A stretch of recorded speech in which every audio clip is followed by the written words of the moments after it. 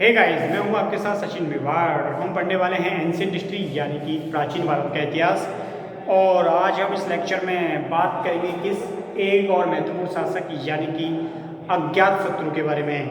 अज्ञातशत्रु जिसे कि पितृहंता माना जाता है और उनके द्वारा बिंबिसार की क्या कर दी गई थी, हत्या कर दी गई थी। लेकिन जैन ग्रंथ इस बात को सही नहीं मानते और उनको पितृहंता घोषित नहीं करते। आज हम उनके शासनकाल को जानेंगे। 492 से लेके 460 ईसा पूर्व के बीच का उनका शासनकाल होता है और उनके द्वारा अपने शासनकाल में कौन कौन सी महत्वपूर्ण कार्य किए जाते हैं उनको समझेंगे। और ये जो लेक्चर है बड़ा शानदार रहेगा। चलिए स्टार्ट करते हैं और देखते हैं एक और शासक अजातशत्रु के बारे में। देखिए यहाँ पर डालते हैं हम अजातशत्रु, ठीक है। अजातशत्रु, तो अजातशत्रु का जो कार्यकाल है वो 492 से 460 के मध्य माना जाता है। 492 ईसा पूर्व से 460 ईसा पूर्व, ठीक है। इनके मध्य में इसका काल का जो कार्यकाल है वो माना जाता है। इनको किस नाम से जानते हैं तो इतिहासकार इनको पितृहंता बोलते हैं, लेकिन जैन ग्रंथ ऐसा नहीं मानते। इतिहासकार इन्हें पितृहंता बोलते हैं, लेकिन जैन ग्रंथ इनको पितृहंता नहीं मानते। पितृहंता नहीं मानते, ठीक है। तो यहाँ पे मानना यह है कि जैन ग्रंथ ये कहते हैं कि इसके द्वारा अपने पिताजी की हत्या नहीं की गई थी। तो समझ आया तुमको। इनका शासनकाल 492 ईसा पूर्व से लेके और 460 ईसा पूर्व माना जाता है। अब देखिए इन्होंने किस पर आक्रमण किया था, तो इन्होंने अजातशत्रु के द्वारा क्या किया जाता है, कौशल पर आक्रमण किया जाता है। कौशल के जो शासक थे प्रसेनजित की बहन से इनके पिताजी ने क्या किया था, विवाह किया था। तो अगर हम रिश्ते के तौर पर देखें तो इनके मामा का राज्य पड़ता था वो, लेकिन इन्होंने कहा था कि अपने साम्राज्य विस्तार के लिए हमें जो करना पड़े वो हम करेंगे, उसमें रिश्तेदारियां नहीं देखी जाती। तो इनके द्वारा कौशल पर क्या किया जाता है, आक्रमण किया जाता है। लेकिन हम इनके आक्रमण को एक विस्तृत रूप में पढ़ेंगे ताकि आपको पूरा का पूरा जो लेक्चर है वो अच्छे से समझ में आ सके, ठीक है। तो चलिए देखते हैं।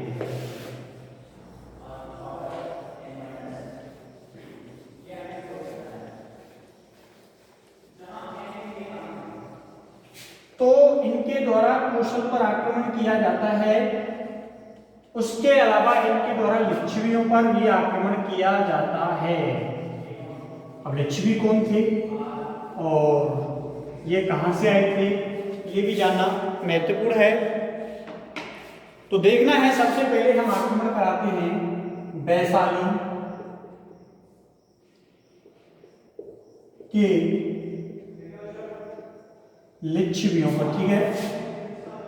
वैशाली के लिच्छवियों पर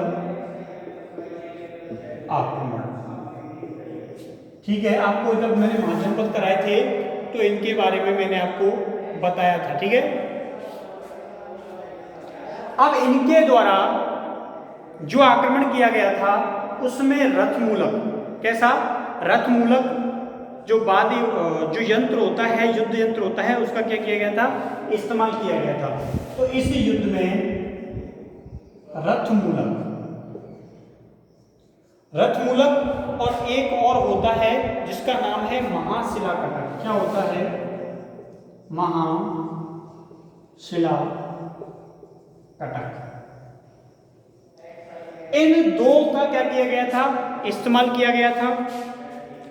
अब ये दोनों होते क्या हैं, देखिए रथमूलक होता है, आप लोगों ने एक मूवी आई थी बाहुबली, अगर आप लोगों ने वो मूवी देखी होगी तो उसमें देखा होगा कि रथ के आगे, जैसे ये रथ है तो रथ के आगे एक ऐसा चक्र लगा रहता था और इसमें इस प्रकार की पंखड़ी लगी रहती थी, ये आगे चल के ऐसे ऐसे घूमती रहती थी और जो विद्रोहियों की सेना होती थी, जो विपक्ष की सेना होती थी, उसको वो आगे काटती चलती थी, ठीक है।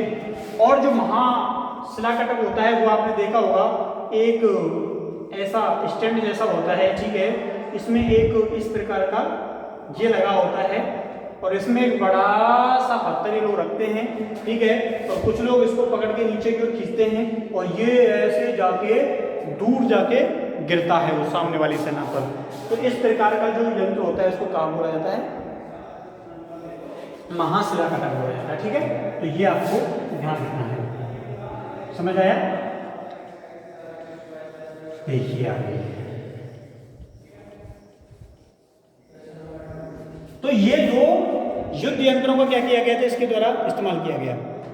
बताते हैं कि वैशाली के साथ इसका 16 वर्षों तक युद्ध लड़ा गया, 16 वर्षों तक युद्ध चला, ठीक है। कितने सालों तक युद्ध चला? तो 16 वर्षों तक युद्ध चला। किसने कहा? तो ये जो बात है वो किसके द्वारा बोली गई? तो ये बात मखली गोशाल के द्वारा बोली गई। मखली गोशाल,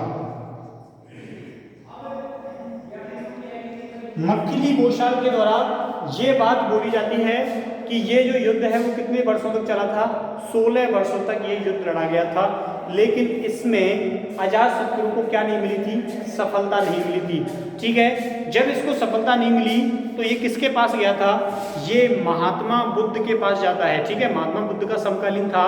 तो ये महात्मा बुद्ध के पास जाता है और महात्मा बुद्ध से क्षमा भी मांग लेता है अपने पिता की मृत्यु की, और महात्मा बुद्ध इसको क्षमा भी कर देते हैं।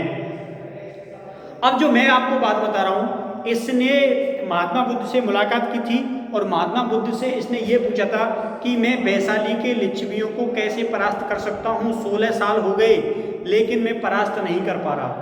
तो बुद्ध इसको आइडिया नहीं बताते कि तुम कैसे उनको परास्त कर सकते हो, लेकिन वो एक संदेश देते हैं, एक कोड वर्ड बताते हैं, और कोड वर्ड ये बताते हैं कि जब तक 7 परिस्थितियां समान रहेंगी तब तक तुम वैशाली के लिच्छवियों को नहीं जीत पाओगे। अब एक समझदार के लिए एक इशारा काफी होता है, ठीक है। बुद्ध ने क्या हिंट दी थी इसको? बुद्ध ने यह बताया था कि जब तक 7 परिस्थितियां समान रहेंगी तब तक तुम जो है वैशाली के लिच्छवियों को नहीं जीत पाओगे। अब इसने क्या किया, ये समझ गया कि इशारा क्या है। इसका अर्थ ये था कि वैशाली के अंतर्गत 36 गणराज्य आते थे। कितने? 36 गणराज्य वैशाली के अंतर्गत आते थे उस समय। तो समझ गया ये कि जब तक इन 36 गणराज्यों को नहीं तोड़ा जाएगा तब तक मैं कितने ही प्रयत्न क्यों ना कर लूँ, मैं कभी भी वैशाली को नहीं जीत पाऊंगा। तो इसके लिए इसने क्या रचा? षड्यंत्र रचा। षड्यंत्र ऐसा रचा कि 36 गणराज्य टूट गए। देखिए, इन षड्यंत्रों को ध्यान से सुना करो, जीवन में बहुत काम आते हैं, ठीक है। तो किसके द्वारा षड्यंत्र रचा जाता है? अजातशत्रु के द्वारा रचा जाता है। देखिए, भगवान बुद्ध ने हिंट दी थी। किसने? भगवान बुद्ध ने हिंट दी थी, एक कोड वर्ड बताया था कि जब तक 7 परिस्थितियां उनके समान हैं तब तक तुम उनको नहीं जीत सकते। तो वहां से एक क्लू मिल गया अजातशत्रु को कि महात्मा बुद्ध मुझसे क्या कहना चाहते हैं, और तभी से ये पीछे पड़ गया वैशाली के लिच्छवियों के, ठीक है। देखिए,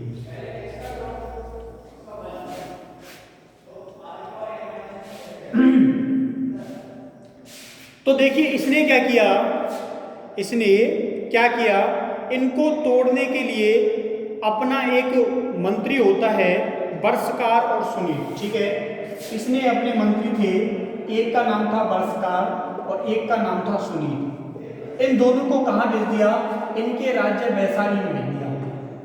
अब देखिए, जैसे राजनीतिक लोग होते हैं ना, वो क्या करते हैं, एक प्रकार से ऐसी चाल चलते हैं कि कुछ को समझ में नहीं आता।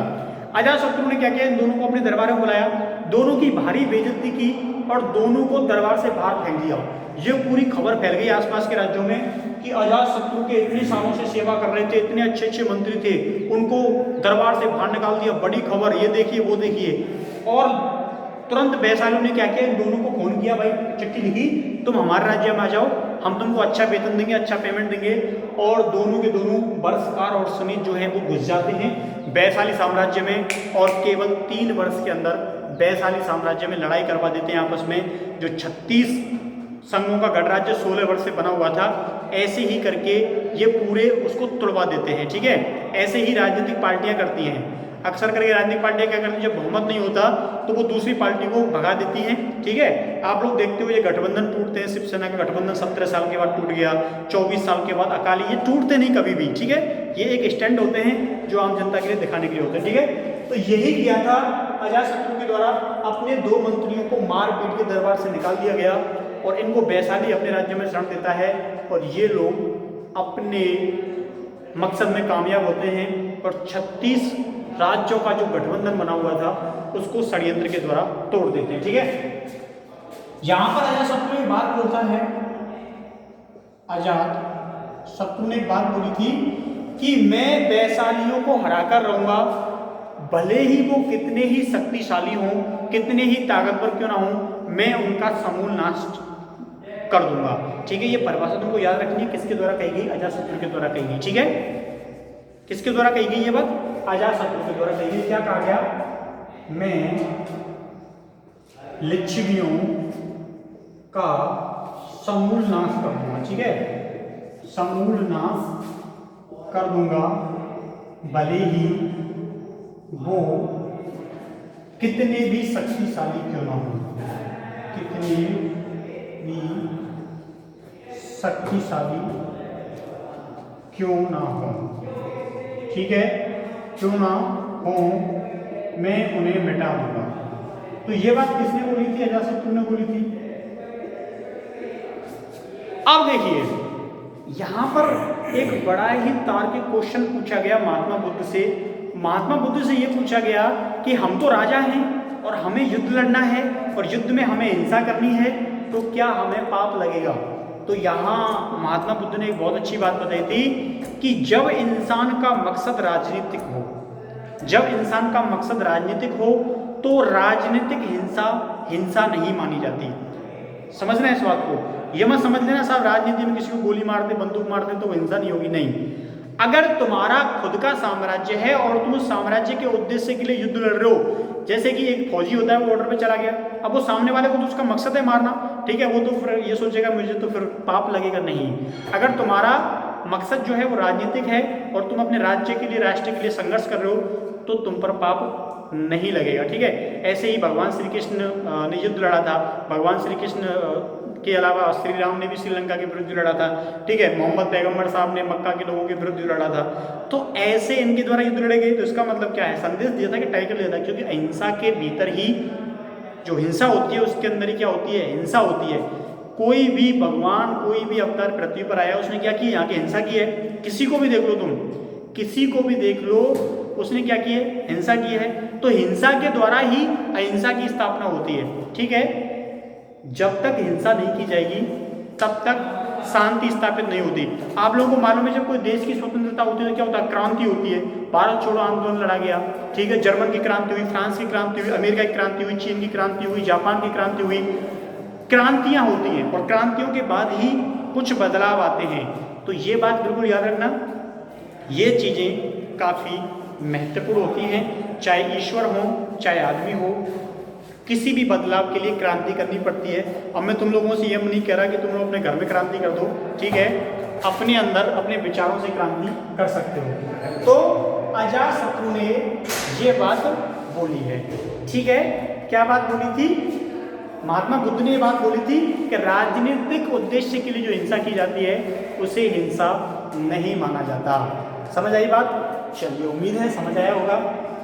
अब देखते हैं आगे क्या होता है।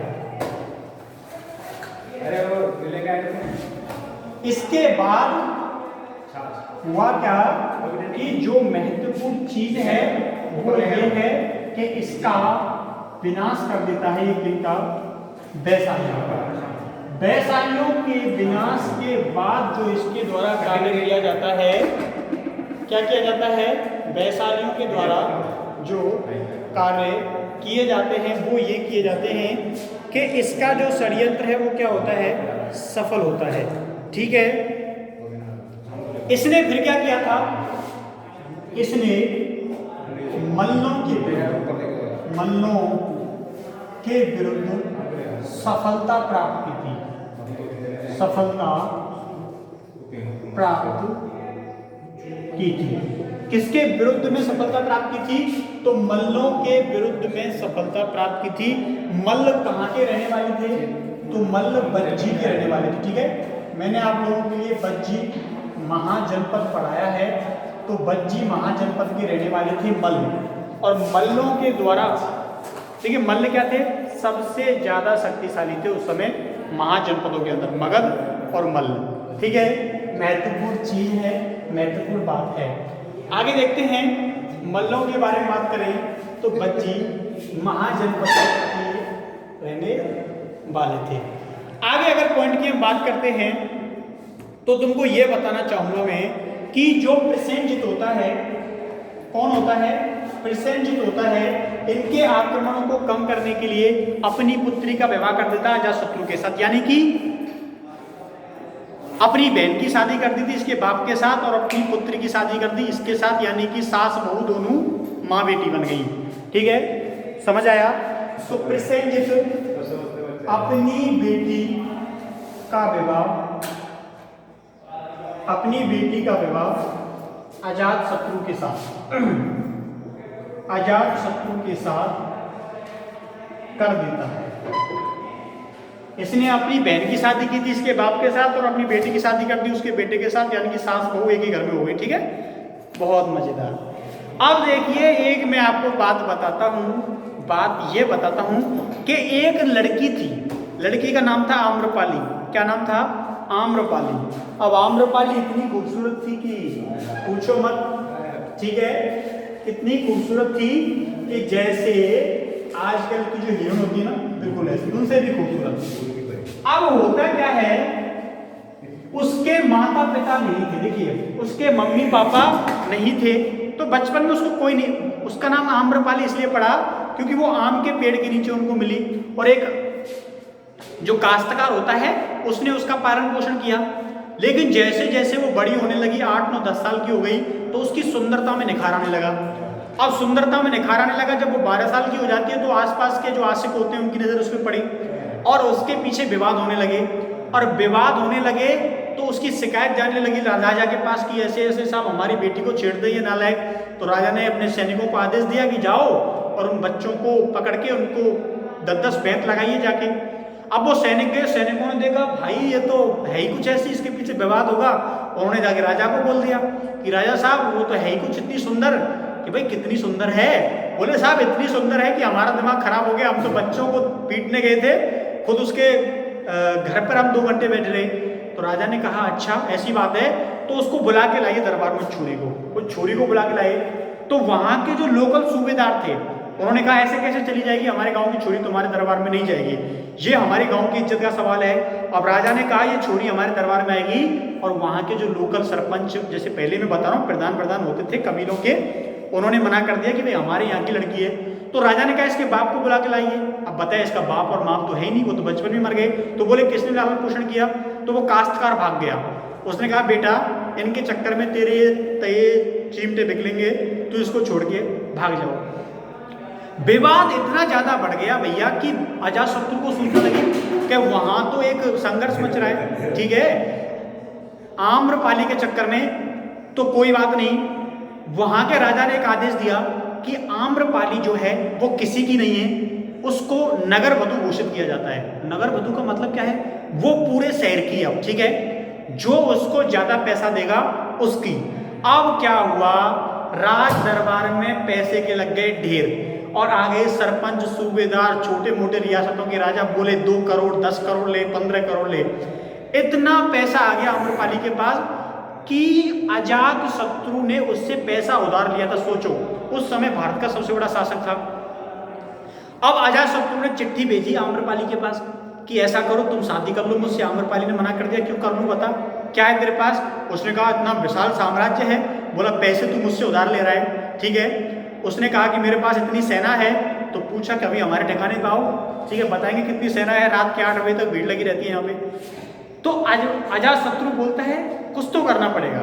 वो क्या करता है, आक्रमण कर देता है उस शहर पर, ठीक है, यानी कि अपने ही उस छोटे से साम्राज्य पर क्या कर देता है, ये आक्रमण कर देता है और पूरे शहर को जीत लेता है। तब इसने आम्रपाली को बोला देखो मैंने पूरा शहर जीत लिया, अब तुम किसकी हो गई, मेरी हो गई। आम्रपाली ने कहा बिल्कुल नहीं, ठीक है। तो अजातशत्रु ने कहा देखो बात मान लो, शादी कर लो मुझसे, जो चाहिए तुमको वो मिलेगा। उसने कहा ठीक है मैं तुमसे शादी कर लूंगी, लेकिन केवल 1 साल के लिए शादी करूंगी।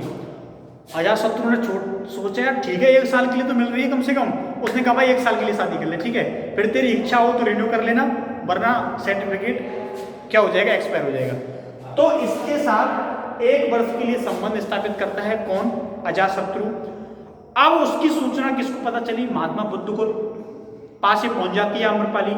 और महात्मा बुद्ध के मठ में उस समय 10,000 से ज्यादा शिष्य थे, प्रार्थना सभा चल रही थी। आम्रपाली ने महात्मा बुद्ध को क्या कहा कि हमें आपके मठ में आना है।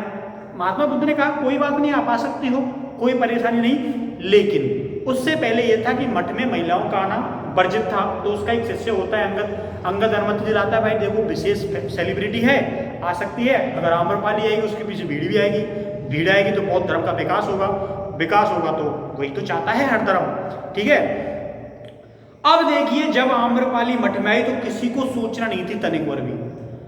बौद्ध ने बोल दिया कि पूरा 1 घंटे सभी शिष्य हठ योग करेंगे। हठ योग का मतलब होता है तुम में भले ही पीछे से कोई डंडा मार दे लेकिन तुमको आंख नहीं खोलनी है। तभी क्या होता है, आम्रपाली की एंट्री होती है भैया वहां पे।